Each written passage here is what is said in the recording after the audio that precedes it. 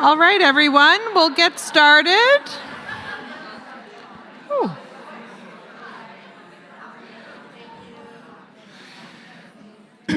So this is actually our last afternoon together. I know. It's been an incredible 2 days. So this afternoon, we are going to close it out by hearing from Senator Kim Pate. And I just wanted to explain a little bit of process for the presentation. Kim would love to have as much of a dialogue and discussion as possible throughout her presentation. So if at any point you have questions that you would like to ask during her presentation, please put up your hand, and one of the incredible staff members and volunteers at Women's Network will come by to pass you a microphone so you can ask your question. And so we want to encourage as much dialogue and conversation as possible throughout the presentation. And there's also a floor mic down here that you can come stand by, and that will be our cue as well that you would like to say something or ask a question. So thank you to Kim for opening up the floor in that way. But I wanted to first welcome Marie Burge to the stage. For those from PEI, Marie needs absolutely no introduction, as she has been a visible advocate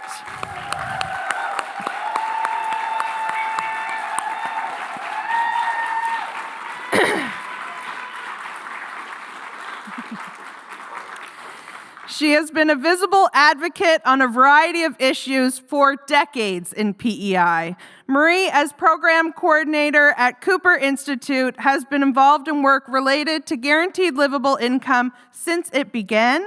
And we welcome Marie to introduce Senator Kim Pate. Oh, sorry. I can't tell you what a pleasure this is to welcome Kim Pate, Senator Kim Pate, back to Prince Edward Island. She's a faithful visitor here. She's very proud of the fact that she's actually from here because her dad was born and brought up in O'Leary. So many times Senator Pate has come and visited with us and met with us as the PEI Working Group for a Livable Income. And her support has been very important to us. And we're hoping that that will continue. And so I'm going to give the formal introduction. Kim Pate was appointed to the Senate of Canada on November the 10th, 2016. First and foremost, she is the mother of Michael and Madison.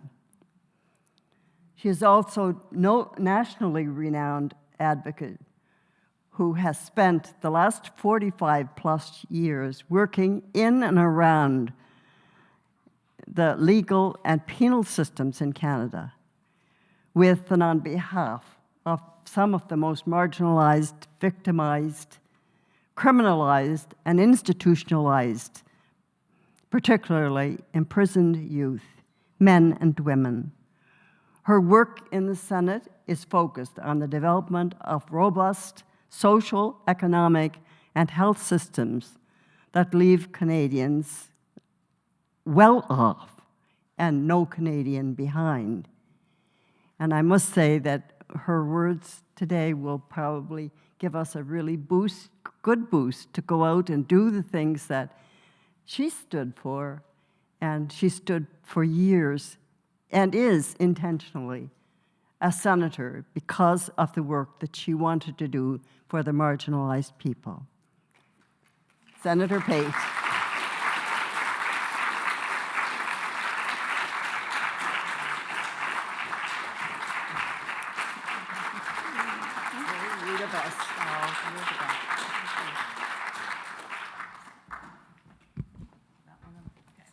Great. Thank you so much, and thank you for that very generous introduction. It's always a pleasure to be here, not just because my dad's from PEI. And once, I just have to tell a little story that everybody here will understand. I once got a call from CBC here in Charlottetown, and they said, "We want to do a story on islanders who've moved away. And so we want to focus on the work you're doing." This is when I was working with kids in the system. And I said, "Oh my, you know what? If you do that, all my relatives will be calling you, and you'll have endless complaints, because she was not raised on the island, because her father moved away and she was raised elsewhere." So I was never on CBC's, Islanders who moved away, because it would have been a fraud. So. But it is true that I love to come back. I come back every summer and bring my dad, and in many of those visits, I've had the opportunity to meet with the amazing folks here who are doing the work. And, I was asked earlier today what made me interested in this issue. Well, when I went to, I grew up, my dad joined the military, he actually started, or was supposed to finish high school here when it was Prince of Wales College. He attended here in the early 50s. And he had been raised during the war, and all of his family, he was the youngest, and everybody else went off, his cousins, his sisters, and his father. And so he took off and joined the military, but without an education, he ended up being a driver in the military. So I was raised essentially working class, and I was the first in my family to get a university education. But my dad working 3 jobs was part of how he did that. He worked full-time in the military as a driver, he worked as a taxi driver on the weekends, and he was a school bus driver during the weeks. And that's how he made sure me and my younger 3 sisters and my mom were all supported. And so some would say, I would say now that the roots of this understanding came from that, of course. But then I went to law school, and I learned at law school the law applied equally to everybody until you actually go into a prison and you realize that's absolutely false. Our prisons are full of the people who are failed by every other system. And an example I often used is I started working with young people, and I would go to what was then called the Truro School for Girls and the Shelburne School for Boys. And in the 2 years that I was doing the work from Nova Scotia, there was 1 kid from PEI in the Shelburne School for Boys, none in the School for Girls, as they were termed. And while I was at law school, the Young Offenders Act was introduced, and one of the things that all the provinces negotiated is they all wanted jails, because they said, some of you will remember the days, I'm old, so I remember it, when the age of majority changed. It was different for girls and boys. And so because the age of majority for criminal activity was going to be leveled off at 18, there were boys and young men who had been in prisons designated for adults who were suddenly going to be classified as youth. And so all across the country, provinces started arguing for jails for kids. PEI was one of them, and you may know that you have a jail on Summerside for kids, that at the time they got it housed 34 kids, and within months of it being opened, it was full. So you went from having 1 kid in 2 years to 34. And that to me was emblematic, not of bad kids on PEI, but it was emblematic of when you have no other supports and services, and when you aren't providing the kinds of supports people need, jails are the only place that can't refuse folks. And it's not hard to criminalize people if they're poor, if they're struggling with trauma, if they have mental health issues, if they are racialized. It's not hard to find reasons to criminalize. And so it wasn't a surprise to me the jail filled up, but it was, to me, emblematic of what was wrong with when we use our legal system. I don't call it a justice system because there's not much just about it. And so over the years, I worked with John Howard Society, I worked with Elizabeth Fry Society, and about 25 years ago, every single policy we would develop when I was with the Elizabeth Fry Society always had a component that included a guaranteed livable income. A lot of folks don't know that. Some people thought it started when I went to the Senate. But one of the things I realized is if we don't build up community, we will just continue this trajectory of using the prisons, the criminal legal system and the prisons to deal with the issues that we don't deal with in society: poverty, racism, all the levels and intersections of discrimination. So how did that get to the Senate? Well, when I was doing the work, particularly with Indigenous women, it was a group of Indigenous women when Trudeau decided to free up basically make the Senate more independent, who I'd been working with, who said, you've been talking about the need to build robust social, economic, and health systems to redress and address and prevent people from ending up in the system. If you really mean it, let us put your name forward. And some of you know the first stage of the independent appointment process were nominations.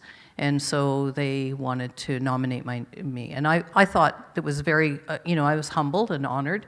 But I had been a pain in the you-know-what of every government. And so I didn't think there was a hope of you-know-what that I would ever be appointed. And so when I got the call, no one was more shocked than me. But one of the things Trudeau said to me is, we want to see the kind of activism that you've been involved in all your working life. By then it was about 35, 40 years. We want to see that in the Senate. So I hope you bring that to the Senate. Well, I heard that. I took it seriously. I actually think he meant it. I don't think he had a clue what it meant. And probably the first time I voted against one of his budgets, he wasn't very happy, nor were a lot of people. But it was Hugh Segal who egged me on. And of course, when I joined the Senate, I wasn't the first to be interested in this, not by a long shot. Senator Kroll, back in 1971, had headed up a anti-poverty committee. They had recommended it.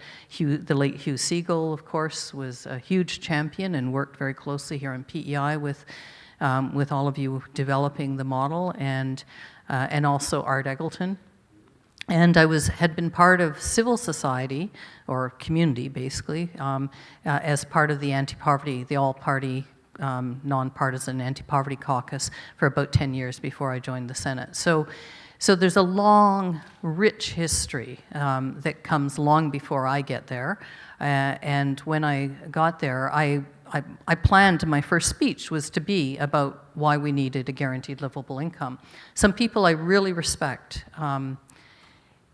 said to me, maybe don't start there. People already think you're a bit out there, and you'll just convince them that you're out there if you start with that. And these are people I really respect. Not Hugh Segal, sorry, Murray Sinclair and others. And he said, start with something a little closer to home. Let people know the kind of work you're going to do here. And so I did start. And some of you know I started first talking, I linked it to economic insecurity and racism by talking about the mass incarceration of Indigenous women in particular, and the circumstances that led to them, a situation where we still have 1 in 2 women serving federal sentences are Indigenous, and the majority of them in there for responding to poverty and violence against them. So full circle to the very issues that you're focused on here the last couple of days. And I'm sorry that I couldn't be here the last couple of days. It's been great to be here today. But it was really clear to me, and I was appointed on my actual birthday, my 57th birthday, and if I don't cark it or quit before, I get kicked out on my 75th. So you guys do the math. 3 years in, I'm like, okay, I haven't talked about this. We've upended a few people. Some of you remember Senator Bayak and her racist response to my first. Some people don't know that was all in response to my first speech, and it pulled out of the woodwork a lot of the racist, misogynist attitudes in the Senate by people talking about the residential school denialism, all of that stuff, the anti-poor sentiments. And so when I turned 60, I said, okay, I don't care if people think I'm wacko.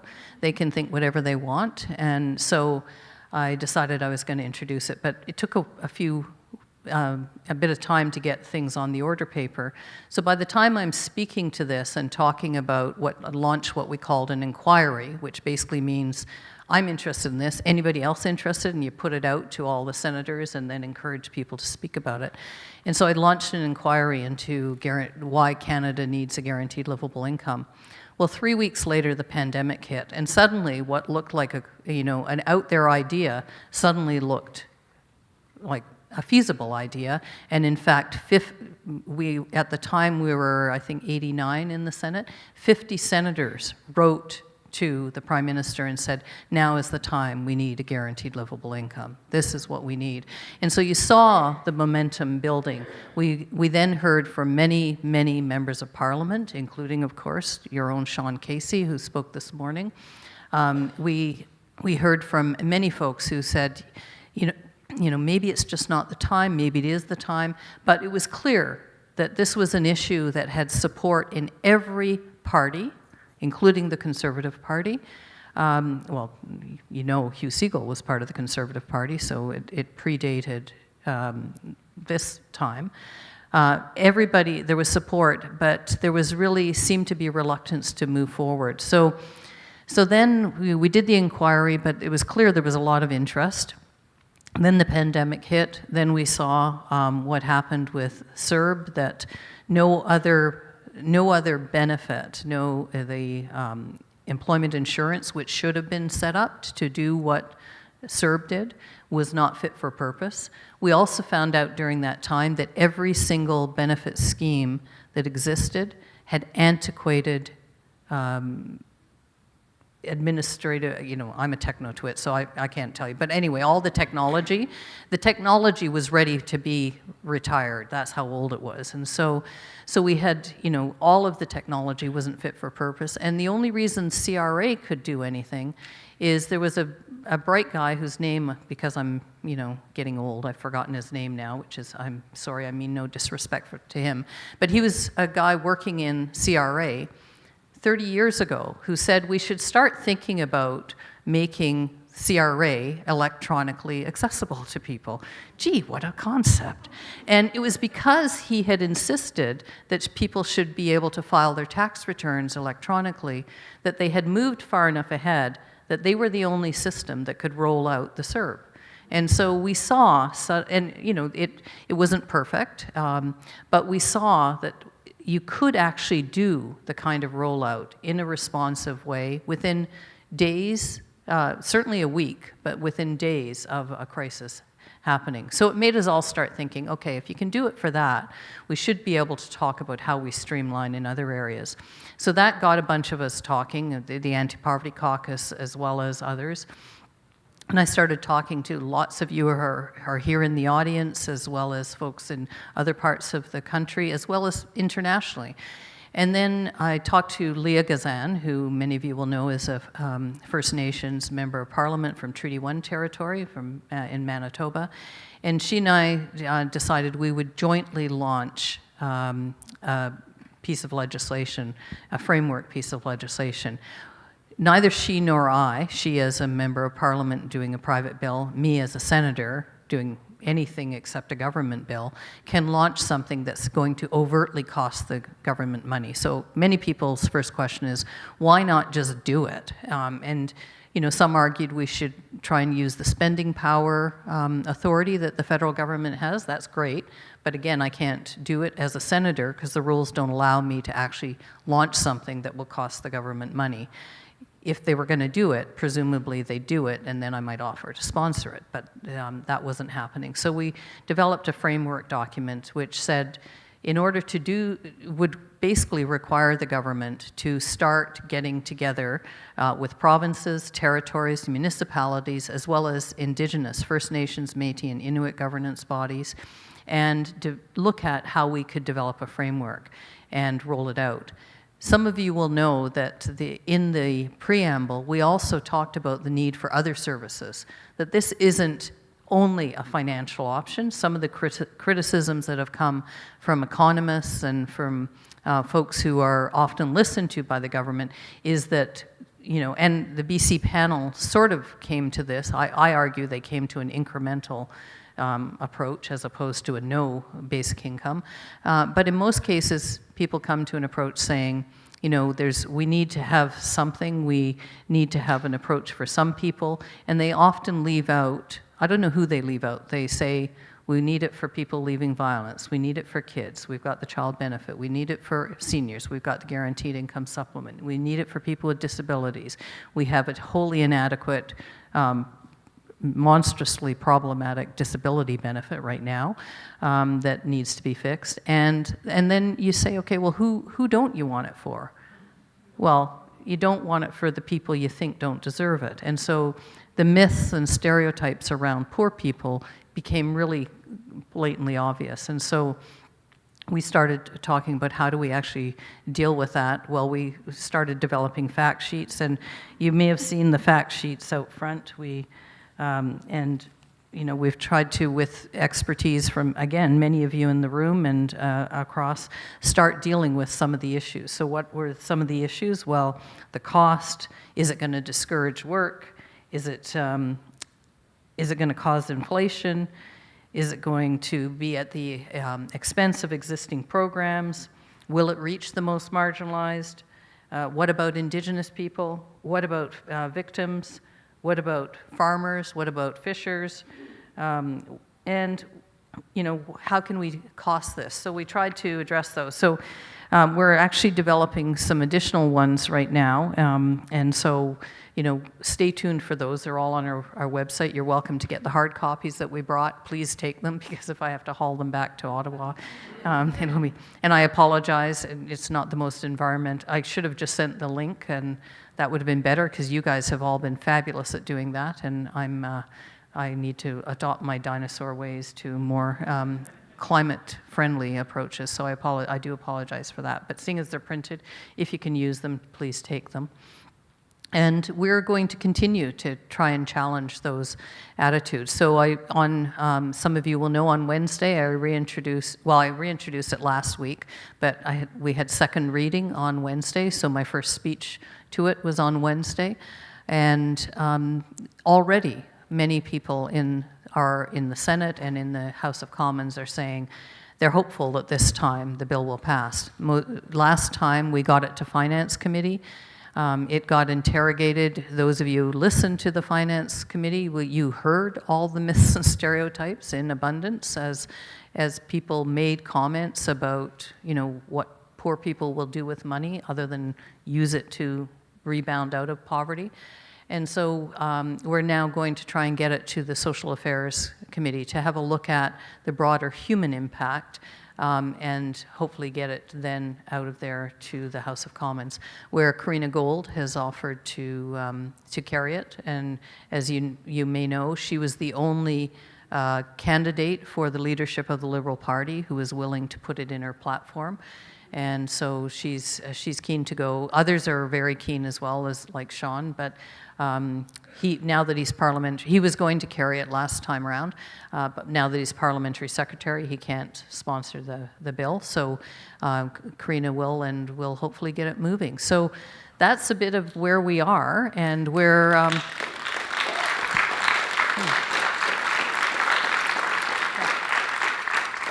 I see many. So it's hard to see people. I wanted to have a dialogue, but I see sort of a glare in my trifocals. Yes.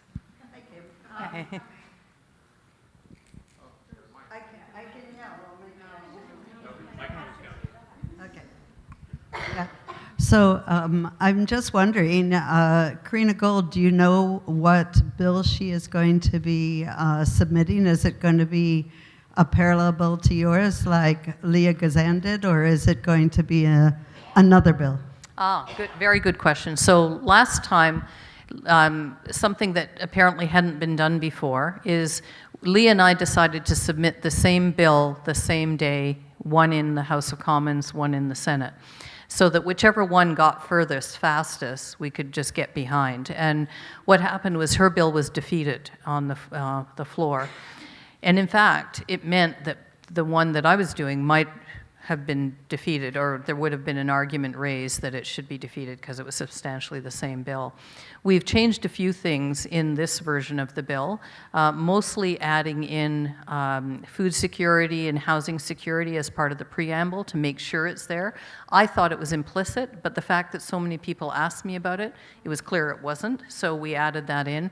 We also, in consultation with a number of First Nations and Inuit leaders, amended a bit the notion of elders to be a recognized elder in those communities, which of course made sense. Again, I thought was implicit, but clearly wasn't, so we corrected that. And then we also took out any reference to specific groups, and to be very clear that it should be universally accessible, income tested, but universally accessible once people drop below a certain. So the answer to your question is, it would, once it passes through the Senate, when it starts the process in the House of Commons, it would be Carina picking it up. So it wouldn't be a parallel process this time. It'll go through the Senate. And I'm pretty confident that it will get through the Senate. Oh, that's fabulous. That's great. Thank you. Let there be light. Yeah, and so that's the way we're going. But yeah, thank you for asking that. Hey, Kim. Yes. Hi, Joe.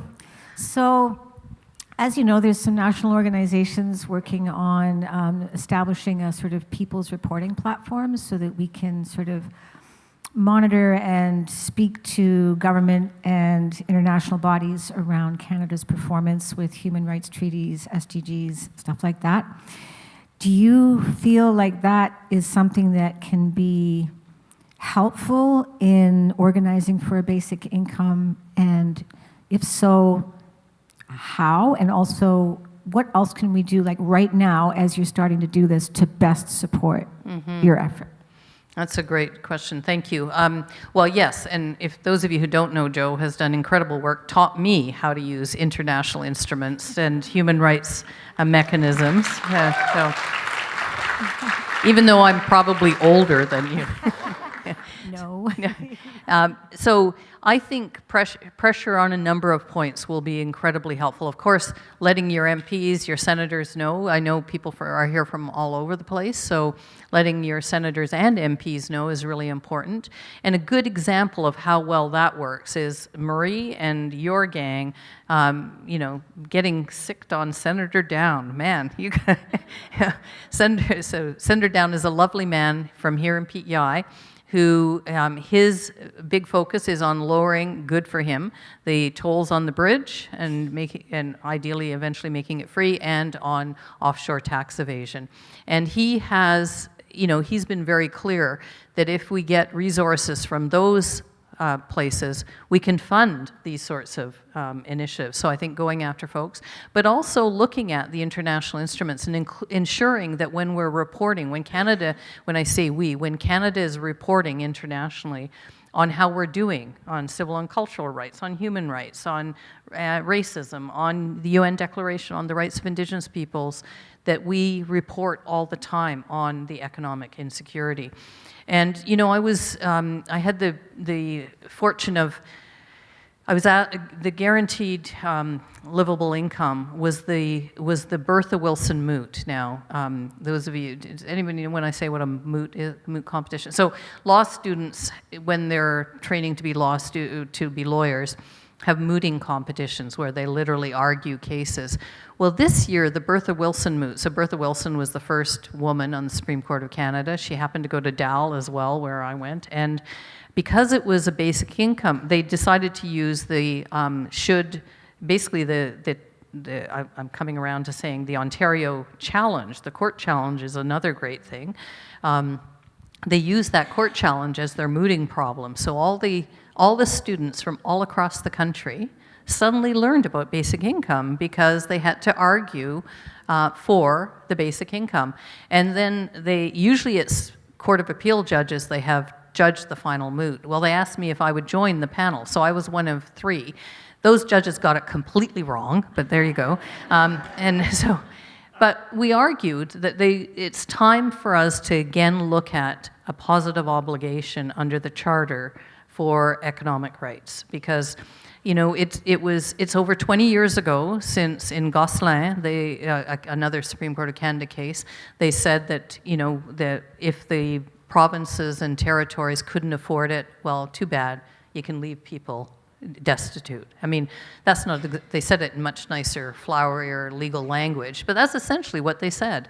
And I think it's time for us to argue that as a fundamental right. Well, some of the law students got it and did it. They didn't win because the judges went along with what the precedents were. But I argued now's the time. If not now, when? We're in the middle of a pandemic. We've got homelessness problems. In order to get to do the moot, walking in downtown Toronto, there was I can't tell you how many homeless people and people destitute we were walking literally through to go and argue this case. And so, and then they asked me to speak that night. And so I talked about, when we get law degrees, they're not just things, that you stick on the wall and say, oh, ain't I great? They should be active. They're a document that allows us to go out in a world with a privilege that not everybody has, and we have a responsibility to make the best arguments we can for the people who have the least. And I think that's also a role of a senator, by the way. One of the reasons Senate was set up was it's the body of government and all that. But in Canada, the idea was to try and equalize a bit the regions. So the Atlantic region has a whole bunch more senators than the Western region to try and help equalize on issues.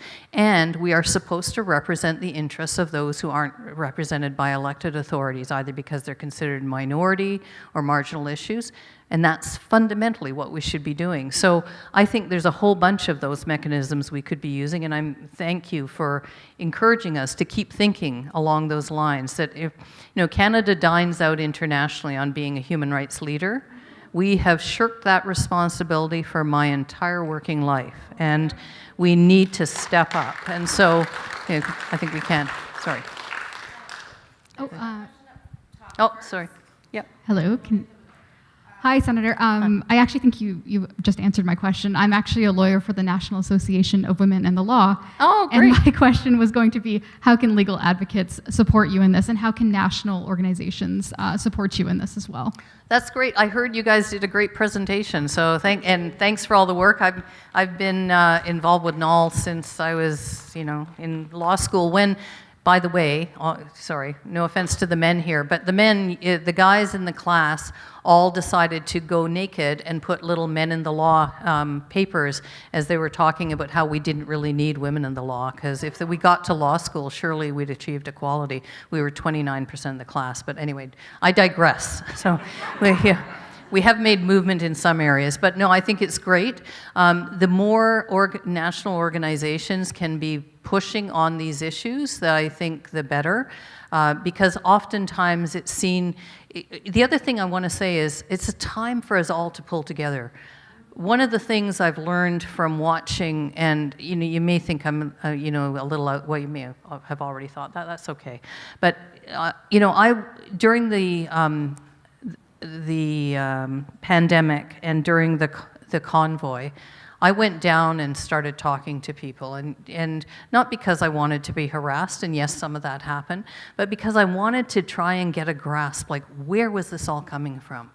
And deeply rooted for many of those folks was the fact that they had been left behind. The government had failed them. And so people I knew and loved were there joining in. People were being sucked into that vortex because they had been left behind. And it really struck me that the right has figured out some ways, and I don't mean this in well, I guess it is political, but I'm thinking more ideology. They have figured out ways to come together even when they disagree on lots of things.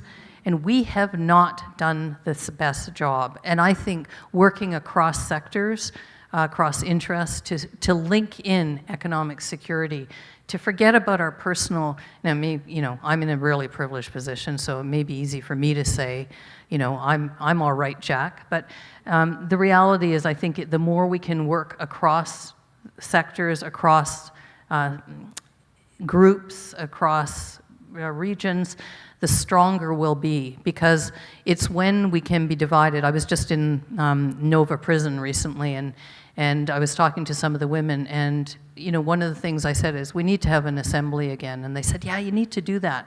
One of the things, in a prison I learned really quickly is the fastest way to control people is to divide them. Tell this one, I'm going to give you this little bit, but I'm not going to give it to them. I'm going to give you this authority, this access to policy making, but not them. It creates divisions that we need to resist. And so wherever we can do that, let's do that. And I'm not, I hope I'm not sounding too Pollyannish, but it's the kind of things many of us have tried to do over the years. And I think now is the moment where we could actually achieve something pulling together. We've seen it already, right? We saw PP go from 30 points up to, lose his seat. And so we know that we can pull together, and it needs to be not just nominal, it needs to not just be performative. We need to actually dig in and say, you and I may not agree on this, but we agree on, in this case, on guaranteed livable income and a robust social, economic, and health system. There may be personal things that I do that really irritate you. For that, I will apologize. That's who I am. I do irritate people. I don't mean to, but I'm kind of weird, yeah. But if you can look past that weirdness and say, but on these issues we can work together, that's great. And I think that's a bit of what we're trying to do in the Senate right now. It's what we're trying to do with the MPs. It's what we're hopefully will be able to do much broadly than that. So I hope you're keeping track. I keep seeing hands now, I'm not sure. Okay. Sorry. Just kind of a tactical question, actually, because we've been having a lot of good, applied conversations the last couple of days and thinking about your bill in the Senate. I would bet that many more people in this room have experience advocating to their MP than meeting with their senator. So I'm just, and obviously the Senate has some different structure, different priorities. Is there anything we should be doing differently in reaching out to senators? Are there any secret tips, cheat codes? Don't do mass emails. Okay. Okay. I used to coordinate mass emails before I was in the Senate. I now realize we have all these search engines that have rules and they just slough them off. So I never see them, half of them. So the best thing is, it sounds trite, but calls to them, ask for meetings, write letters, all of those things. Sometimes letters, I actually got a great letter the other day from someone in Ottawa. And they said, if someone is vetting this, please call or email me and let me know. And I thought, okay, well, no, I'm responding to it. So I said, I wrote back and said, that was a really good tactic. That was a really good way of making me make sure, or someone in my office make sure I saw it. So, I think we have been used to not being responsive as well. But I think we should be. And so, and a really good example is a new senator who I'm going to be meeting with later tonight too, Senator McAdam, called me up last year. I was in New York, and she said, "Are you telling people I'm not supporting your bill?" And I said, "No." And I said, "But people have asked me whether you support it, and I've suggested they ask you because." You and I haven't had an in-depth conversation. Well, that led to so many calls to her office or to her or stopping her in the street that she's now looking, she's working on this stuff. So that's credit to you guys, not me. And so that's a really good concrete example of how effective it can be, because sometimes they haven't even thought about it. Again, I mentioned Senator Down, who initially was like, that's your issue, that's not mine. But he now comes to many of the events, and he, I often credit Marie in particular, but all of you, it's not just Marie, but a number of you reached out to him, and he heard that, and he paid attention. He has been very clear. It's not going to be him championing it, but he won't stand in the way. Well, sometimes that's good. I don't expect everybody to stand up and take on every issue, but if they at least get out of the way of causing problems for it, that's a huge benefit as well. Hi, sorry. I had a question that might be a bit of a tangent from everything you've been talking about so far. But did you have any thoughts on how we can combat disinformation? Especially like right now in youth, like more and more studies are coming, especially since the last like American election and things like that, where young people, especially like young white men, tend to have like these parasocial relationships with billionaires where they relate more to them and will vote in a way that they think they are too billionaires, where they're voting against their own interests, where they're advocating for things that will benefit Elon before they will benefit them because they're closer to being houseless than they are to being billionaires. And like those things, I just find like that's something I'm really struggling with, like how to penetrate like that manosphere or like that social media discourse where people are like embroiling each other into like this frenzy against like anti-poor sentiments and things like that.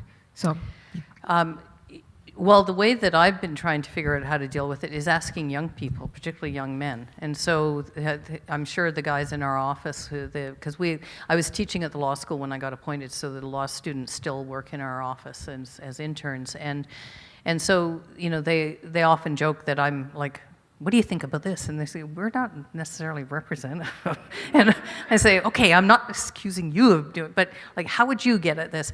And, you know, all joking aside, I mean, one of the things, it was part of the reason I did TikToks. It was actually my daughter who was in high school and then she was in university at the time. And she said, you have to get on the platforms where young people are.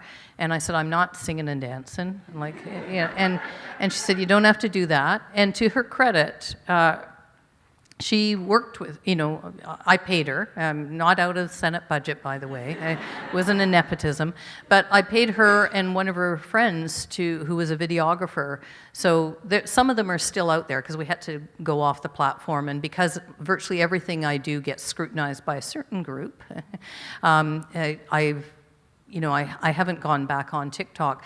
But we are trying to figure out which are the ways that we can actually appeal to. So all of our social media is done by young people we hire, and if you have ideas of how else we can access, I'm not asking you to then answer your own question, but if you do have ideas, I also do try to engage with, you know, like I've gone to events where, you know, it'll come in the office and Andrew, who does a lot of this scheduling, will say, oh, you're not doing this one, and it'll be the business, I don't know, commerce students, and it's mostly, you know, quite frankly, white guys, and I'll say, no, I'll go do that, because I want to talk about basic income with these guys, the economic arguments. I want to talk about who's left out, and you know, I do think we ignore at our peril, but you know, I engage as thoughtfully as I can, because it's basically the work I've done all my life, right? I've worked with people who other people have thrown away, and so I know that part of the way I've always done my work is, if I don't understand how you got there, I can't figure out how to help you come back or to prevent anybody else from ending up there, whether it's kids who've been abused or, you know, or. And so that's part of what I'm trying to do. I wish I knew how to really address it. So any and all ideas are always welcome. So yeah, I think it's a huge threat. I think the backlash to equality issues, it goes without saying. I mean, everybody's seeing it. So, but that backlash has left a narrative that some people, particularly white young men, have been left behind. And you know, there's a whole lot of people been left behind, and really being able to talk to them about how many people have been left behind and how we need to be pulling people back in and demanding.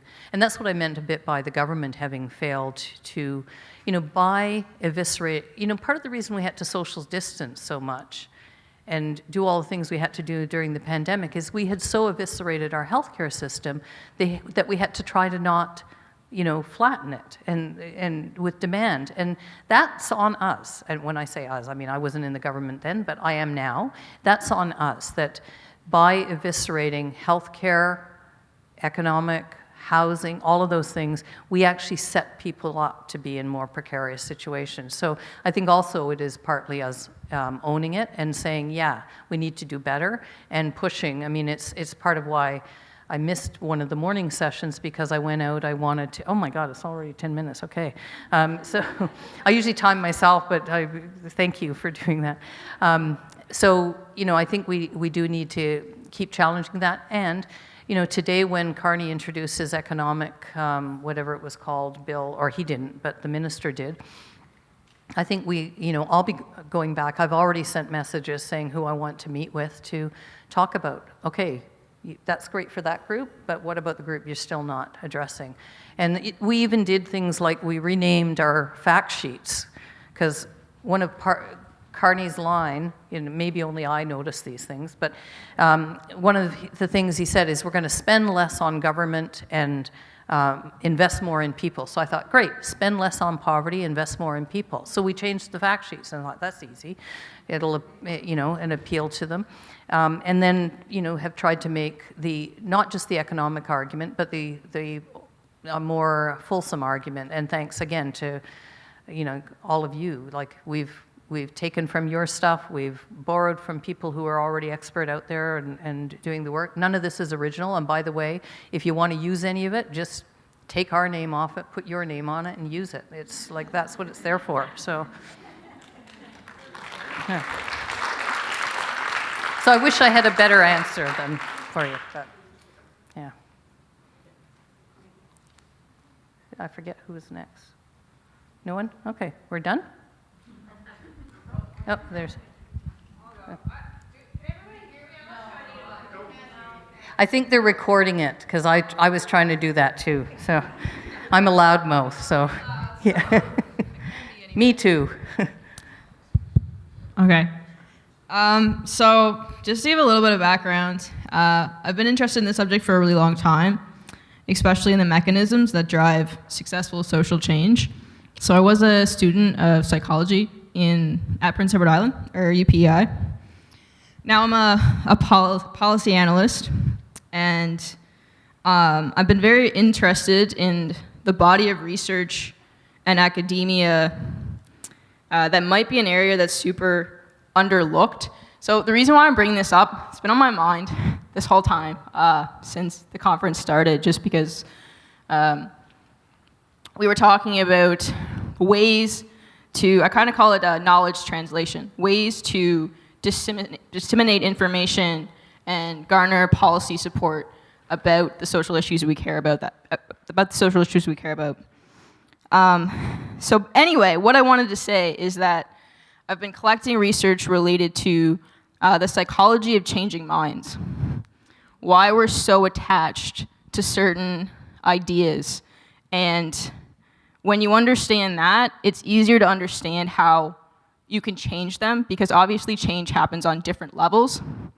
But the very first level is psychological. There's also structural, there's the inter-level where we interact with each other. Anyway, I don't know if you've heard of the work of Nat Kendall Taylor or Frameworks Institute, but they do a lot of work around framing social issues and testing them to get more policy support. But basically, there's ways that you can present information that can either increase your support, do nothing, or even decrease the support. So one of the studies that they talked about is one where they were trying to get something done related to helping, I think it was like homelessness and substance use problems. And they tested the values that were talked about, because often the values that we try to appeal to people, like compassion, connection, empathy, and then they tested other values. And what was amazing, unfortunate to see, was that trying to appeal to certain values that didn't resonate with the people of what we were trying to change, actually decreased this policy support for the social issue. So this is obviously sounds a lot more like commentary, and now I feel kind of weird about that. But I guess, you know, my question would be related to sort of like the success of that, or if you can resonate with any of the things that I mentioned. But yeah. Yeah, no, in fact, Dr. Zhao, Jiaying Zhao, who's a psychologist at UBC, got interested in this because of the psychology, what she calls the cognitive tax of scarcity, which is how limited your ability to think is if you don't have resources. And so, you know, and when I first talked to her, I often tell this story because it was during the pandemic, and I saw something that she was doing the cash transfers with, you know, the 50 people, $7,500 cash transfers. And so I wanted to learn more about what she was doing. So I called her up or called and left a message. And then she responded and set up a Zoom right away. Well, she was in California at NASA, for God's sake, getting some $10 million grant to do some God knows what, excuse my language, but anyway, some research. And yet this was the piece that she was most interested in, is the whole issue of how we don't take care of people and how we're, and how we leave people behind. And so when she got the grant, that's what she did, and some of you know she's now trying to get 200 people and give them $8,500. And what she found was that even her own colleagues were against the research. They thought, you're going to give $7,500 to homeless people? They're just going to, excuse the language, but piss it away. And she was so confident that wouldn't happen. And she said, I'll take full responsibility. And she's one of the few researchers that I know. You guys are smarter than me, so you may know others. But she paid people to do surveys on what they were spending the money on. It was no strings attached, but she paid them. And it's the only study I know where she's tracked what people actually did spend their money on. And people spent less money on drugs, alcohol, and cigarettes, even people with addictions and mental health issues, once they had the cash transfer. Completely put, you know, to rest, well, not to rest, but completely challenged people's notions. And yet people still persist. Oh, well, that must just have been the ones that she did. And so, you know, that whole issue is one that she and I talk about a lot, is how do you actually convince people? And, you know, Evelyn Forget said it, Hugh Siegel said it, Tracy said it, Jiaying said it, you know, people just don't want to believe that poor people are not there of their own volition or choice or decision-making, poor, whatever it is. And that's the piece we have to challenge. So I don't know how best to do that. I've tried to do it by telling stories. That's also what Jessie Gollum did through her Humans of Basic Income. Some of that works for some people, but you know, and it's partly why, quite frankly, I think, oh, there's a new idea. Okay, I'll try that. You know, and it, you know, probably looks scatterish because it is. Because I'm just trying to think, okay, well, if that appeals to that person, and the other day, it was a couple of stories I told where I linked women I've known and how they started out. And one of the senators came to me afterwards and said, when you told the story of how Tona started, it all made sense. We have to stop that cycle. And another law that I've introduced is to get rid of segregation. It's a whole nother, but it's linked in the sense that her first entry into prison was breaking into a school to get away from being raped at home. And it was because she had no money and no place to go. She was criminalized. The minute they got her into custody, they strip searched her, she fought back. That led her to being isolated.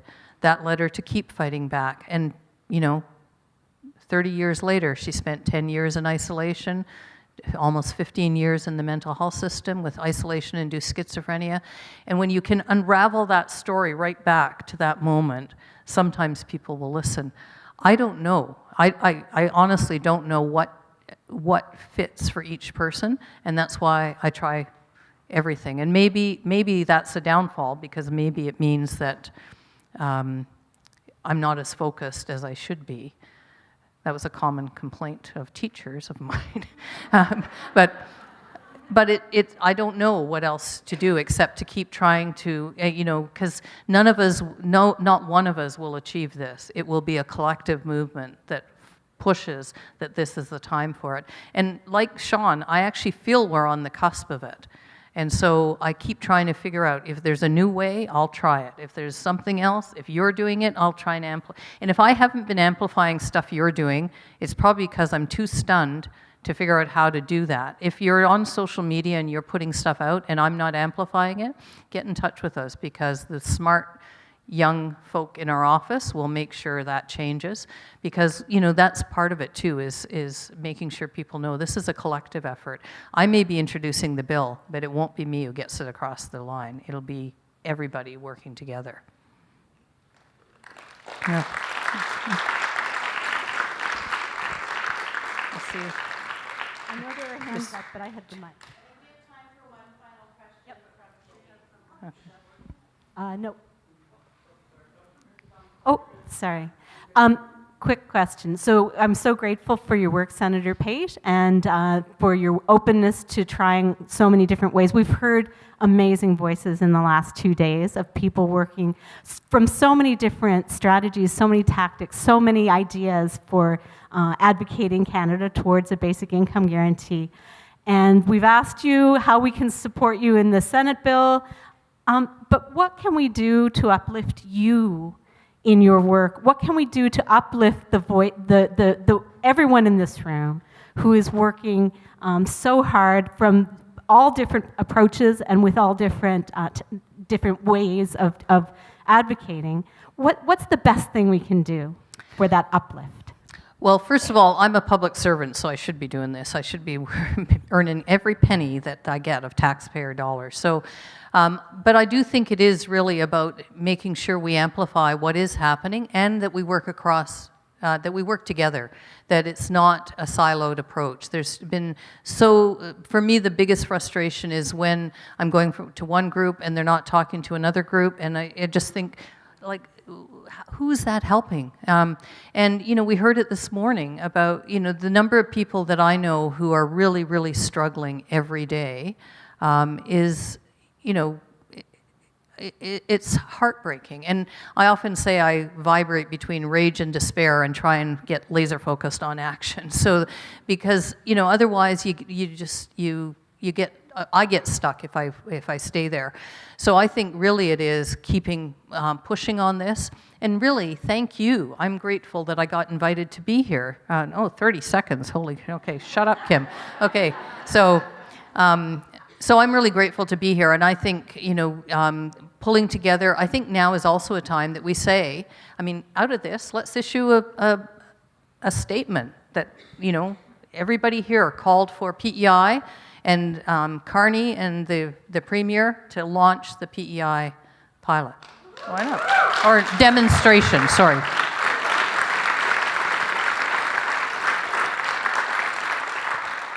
Let's do that. And if you want, you make up a quote that I said, go ahead and add it in there. And make it really good, so it looks like we're going to really do something. But in all seriousness, I think it is, whenever there are opportunities to take that action, let's just say, okay, I know it's time, but is there anybody here who disagrees with that? No. So we can do it? Everybody in favor that we do that? Okay. Great. There we go. So that's something we can take right out of here, and I can also amplify back in the Senate and with all my colleagues. I'll take the statement and circulate it to everybody. So thank you. Thank you very much for all the work you do. Oh.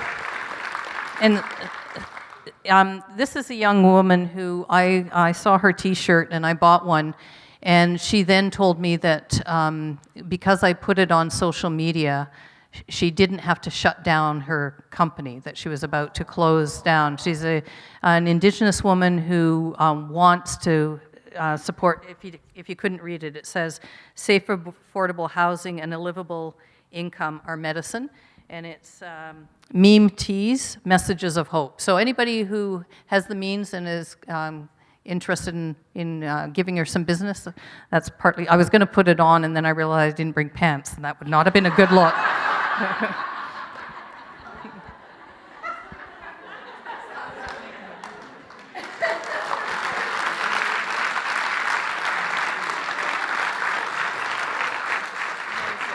Thank you so much.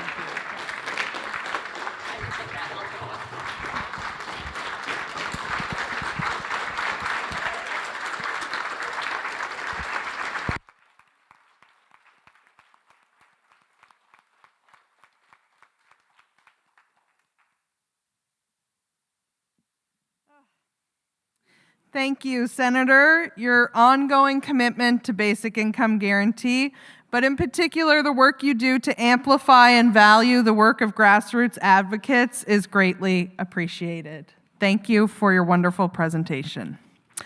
Woohoo!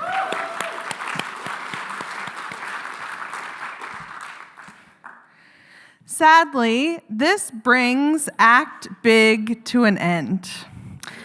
We are so great. Just the conference, the movement carries on. We feel so much gratitude for being able to spend the past 2 days with all of you.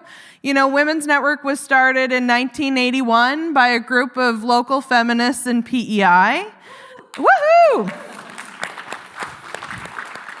And for our first decade of work, we consisted largely of a monthly feminist magazine called Common Ground, and we hosted an annual women's festival, which was really a place to highlight the work that women were doing, but also to raise consciousness around different issues, to share knowledge, and to mobilize. And so even though that was well over 40 years ago now that we were created, I think in many ways we continue to do that. We continue to bring people together, build relationships, strengthen relationships, learn from one another, and try to mobilize for change. And so it's kind of incredible that this small organization over 40 years later can bring people from across the country, can bring people who are, you know, senators and experts and advocates and working at the grassroots across Canada together. And so we're a very small organization, but I think we have a large impact. And we're so grateful that all of you were able to spend the past 2 days with us. We really want to harness the momentum from this gathering as much as possible. So we will definitely be taking a little break to recuperate, but then you will be hearing from us. We invite you to stay in touch with us as we continue to advocate for guaranteed livable income. Please refer to those resources that we provided through the QR code. We've also added a link to our Act Big website. So that's going to be a place as this project and this work continues to evolve, that you can stay up to date and we can continue to mobilize around this issue. And I just want to say a huge thank you.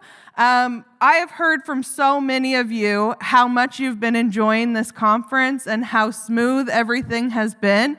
And that is because of the hard work of a very small team of people at Women's Network who have diligently been organizing, have put so much thought into consideration into everything that we have done to try and make it as inclusive and welcoming space as possible. So just an amazing round of applause for all the staff, board, volunteers at Women's Network.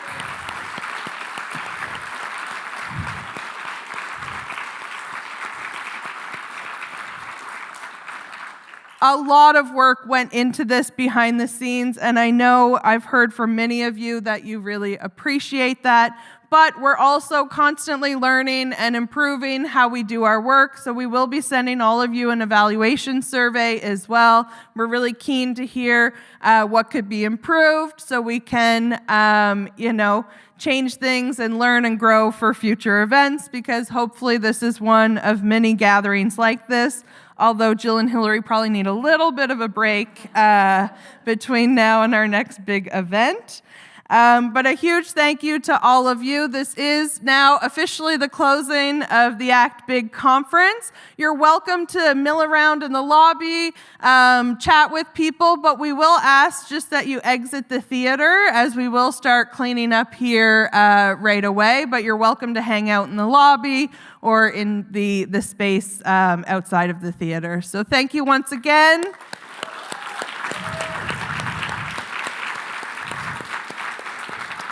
And I love the idea of a statement, so once we take a little break, we will get to work on that and be in touch with everyone. So enjoy your time in PEI and have a lovely weekend.